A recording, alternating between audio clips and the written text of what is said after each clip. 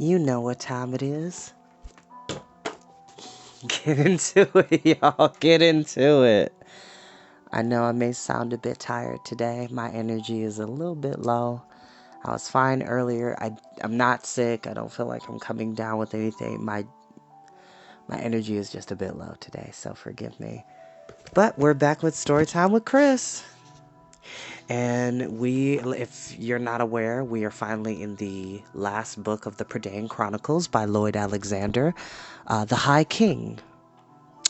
And this is the 5th book in the series.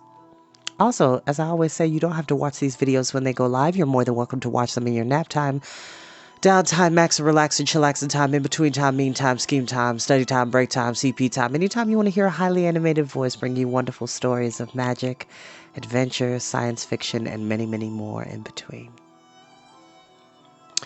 Which I don't own the music that you're listening to in the background. I do not own the music which you're listening to in the background, which is brought to you by TPR, Melancholy Music.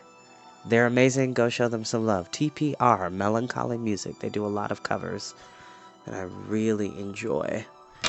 Now, the last time we were here, Fluter had carried Prince Gwydion, who was attacked by a group of huntsmen of Anuvan, and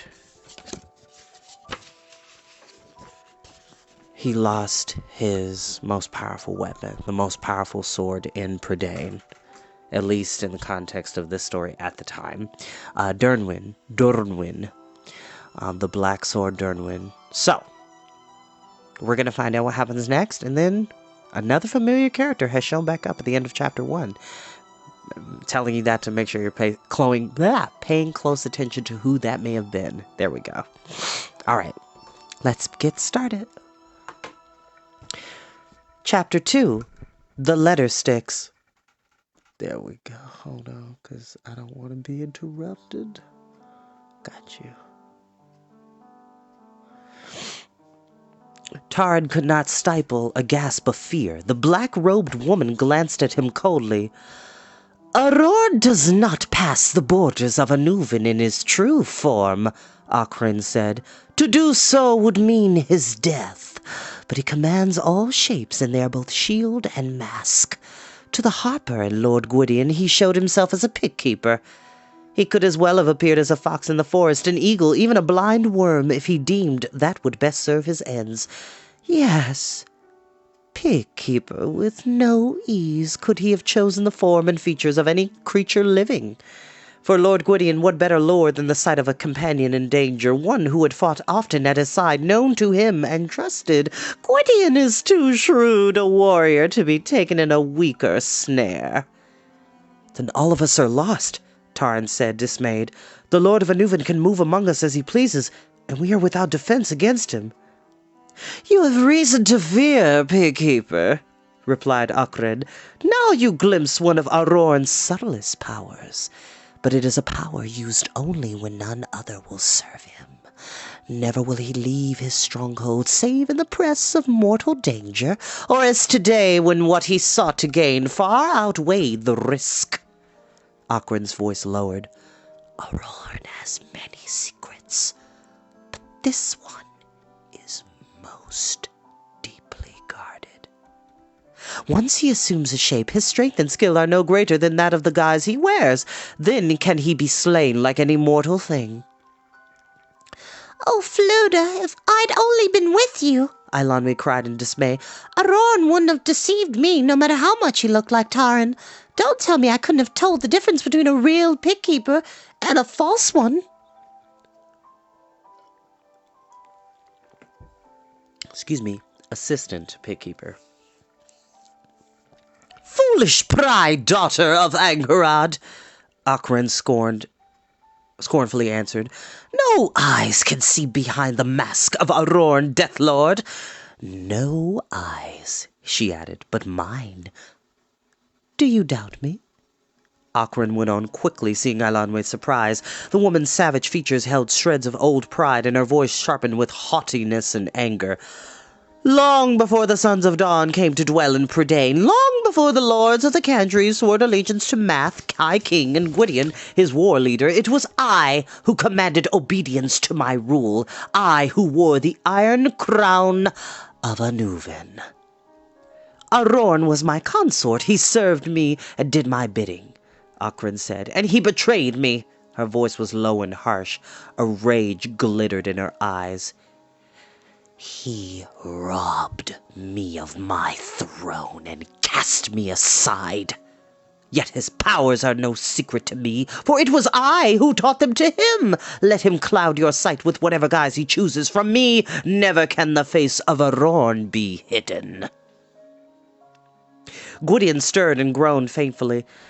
Tarn turned again to the basin of healing herbs, while Eilonwy raised the warrior's head. "Bear Prince Gwydion to my chamber," Dalbin ordered. The enchanter's careworn face was drawn, and the lines had deepened in his weathered cheeks. "Your skill has helped keep him from death," he said to Tarn. "Now I must see if mine may help him to life." Cole lifted Gwydion in his burly arms. Okryn made to follow after him. "I have little need of sleep, and best to keep a vigil," Okryn said. "I shall watch the night over Lord Gwydion." "I shall watch over him," Eilonwy said, stepping to the side of Cole. "Fear me not, daughter of Angharad," Okryn said. "I bear no ill will against Lord Gwydion." She bowed deeply, half humbled and half mocking. "The stable is my castle, and the scullery my realm. I seek no other." "Come," Dalbin said. "Both of you shall help him. Wait, the others. Be patient and helpful." Darkness had blinded the windows of the cottage. To Tarn, it seemed the fire had lost its warmth and cast only cold shadows among the silent companions. "At first I thought somehow we could overtake the huntsmen and keep them from reaching Anuvin," Tarn said at last. "But if Okryn speaks truth, Arorn himself commanded them, and Gwydion's sword is already in his hands. I do not know his purpose, but I'm deeply afraid." "I can't forgive myself," Luder said. "The loss is my fault. I should have seen the trap instantly. Oh!" Tarn shook his head. "Arorn worked a bitter ruse on you. Gwydion himself was deceived." "But not I," cried the bard. "A flam is keen-eyed. From the first moment I saw differences. The way he sat in his steed, the way the harp slung at the bard's shoulder tensed suddenly, and a string snapped with such a twang that Gurgi, crouched near the hearth, started bolt upright. Fluter choked and swallowed. "There it goes again," he muttered. "Will it never leave off? The slightest coloring of the facts and the beastly strings break. Believe me, I meant no exaggeration. As I thought back then, I did seem that I could notice. No, the truth is, the guise was perfect. I could be snared again, and as easily." "Amazing," murmured the King of Mona, who had been watching, wide-eyed. "I say, I wish I could do that sort of shape-shifting myself. Unbelievable. I've always thought, how interesting to be a badger or an ant. I should love to know how to build as well as they do. Since I've been king, I've tried to improve things here and there. I mean to put up a new seawall at Mona Haven. I've begun once already. My idea was to start from both ends at the same time and thus be done twice as quickly, which is not how a bridge works. You got to start from one end, build the foundation on the other end, and then come to the middle." We've heard of Prince Rune. Well, now King Rune, because now he's the King of Mona. He doesn't have a full bag of marbles in the marble bag. That's all I'm saying. Just bear with me. I can understand what went wrong, for I took charge of all the work myself, but somehow we didn't meet in the middle, and I'd have to find a better way of going at it. Then I planned a road to Glue's old cavern. It's an amazing place, and I think the folk of Dinas Ritnat would enjoy visiting it. Surprising how easy it is, Rune said, beaming proudly. The planning at any rate, the doing for some reason, always seems a little harder. Glue, hearing his name spoken, pricked up his ears. He had not left his place in the chimney corner, nor had his alarm at the happenings in the cottage made him loosen his hold on the cookpot. "When I was a giant," he began.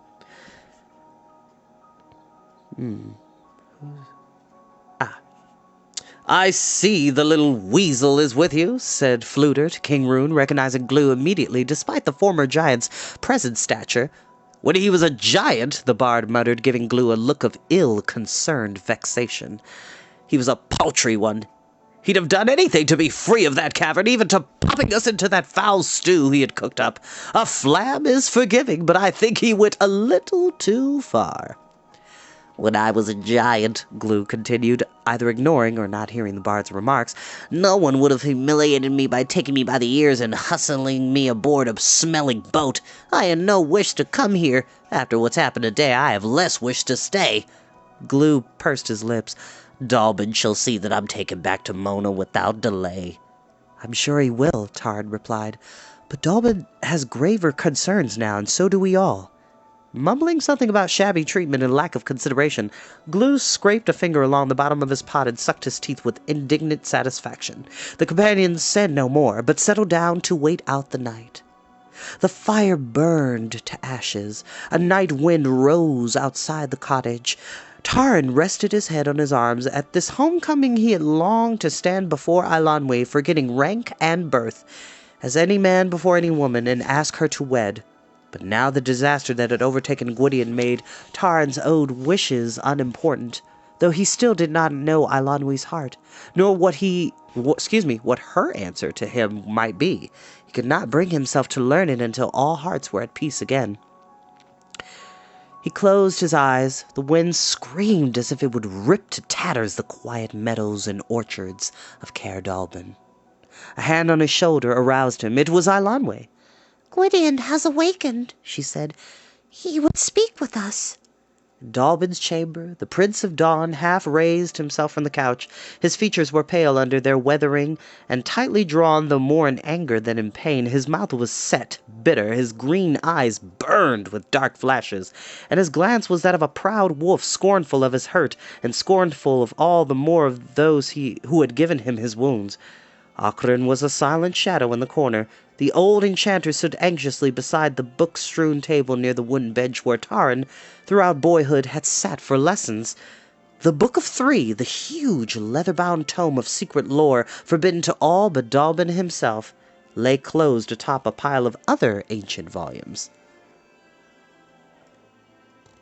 Taran, with Eilonwy, Fluter, and King Rune behind him, strode to Gwydion and clasped the warrior's hand. The Prince of Dawn smiled grimly. "No merry-making and no long one, Assistant Pigkeeper," Gwydion said. "Dalbin has told me of the Death Lord's ruse. Dernwyn must be regained at all cost, and without delay. He spoke, too, of your wanderings," Gwydion added. "I would hear more of them from yourself, but that must wait another time. I ride to Annuvin before the day is out."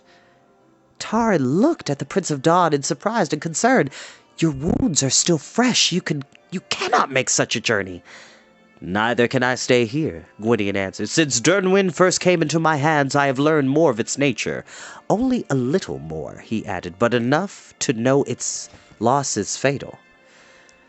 Dernwyn's lineage lies beyond memory of living man," which kind of sounds like... Making an aside for a second, hold on. You know, we'll get to a point where we'll read Arthurian legends, but for those who don't know, there are actually two swords in relation to Arthur Pendragon, aka Arthur and the Knights of the Round Table. There is the sword in the stone known as Excalibur, and then there is the sword of the Lady of the Lake. There's two different swords. And the second sword in question is loosely, in a way, based off of Dernwyn, which is a Welsh sword from a Welsh fairy tale, which is interesting because Arthurian and Welsh were around the same time. It's just a little tidbit that I had. The more you know, kids, the more you know. And much of its history has been forgotten or destroyed. For long the blade was thought no more than legend and matter for a harper's song.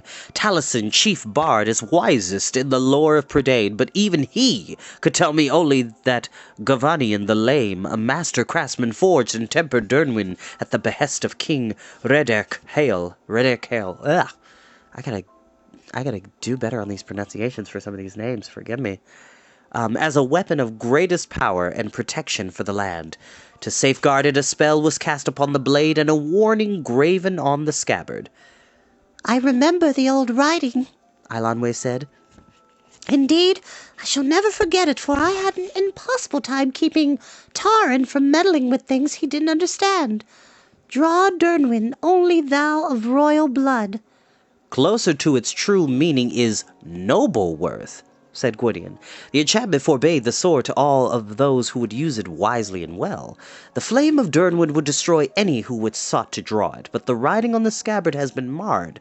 The full message, which might have told more of the sword's purpose, is unknown.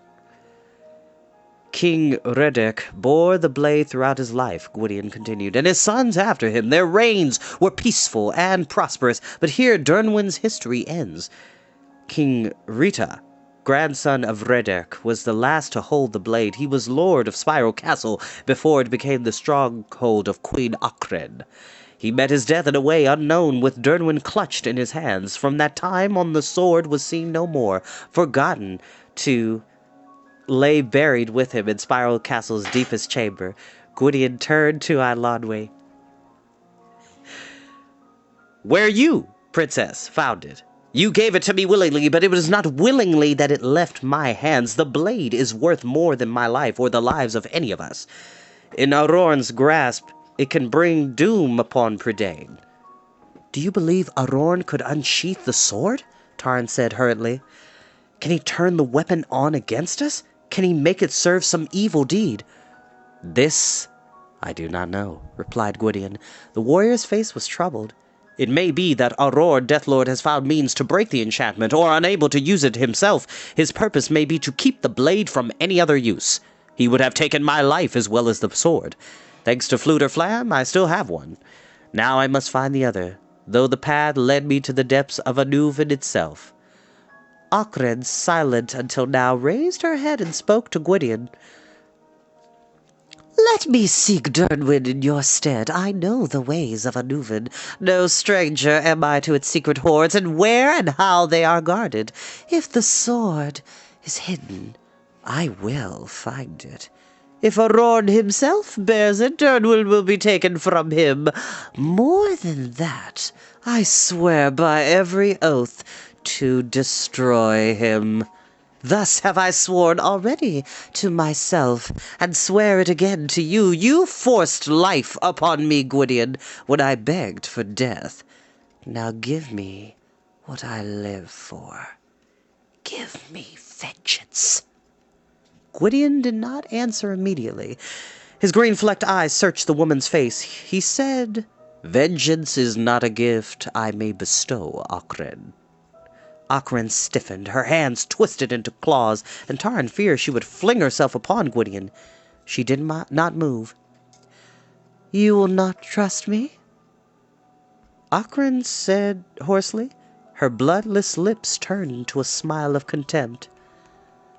So be it, Prince of Dawn. Once you scorned to share a kingdom with me, scorn me again to your own loss.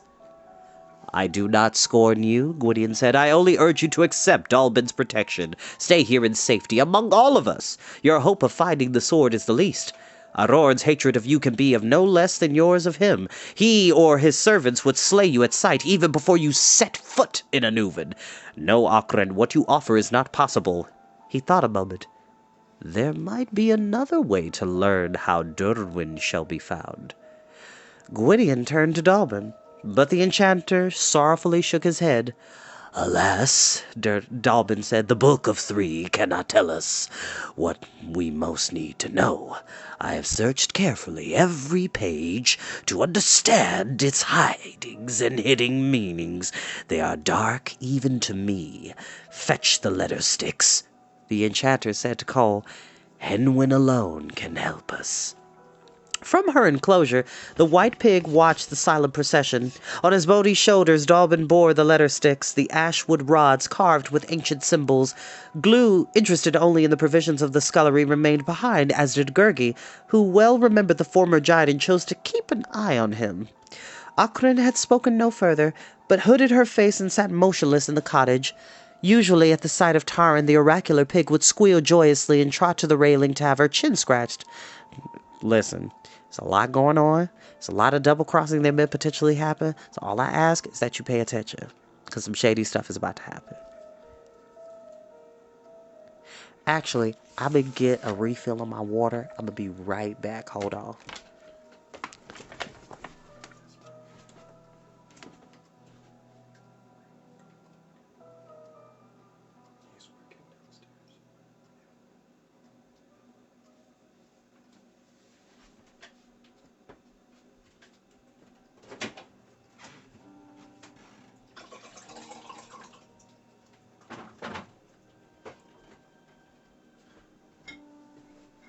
Oh, I had to get my refill.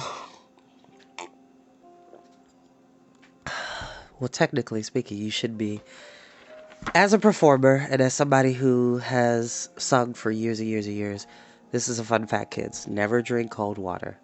Why is that? Because it shrinks your vocal cords. Room temperature water is better.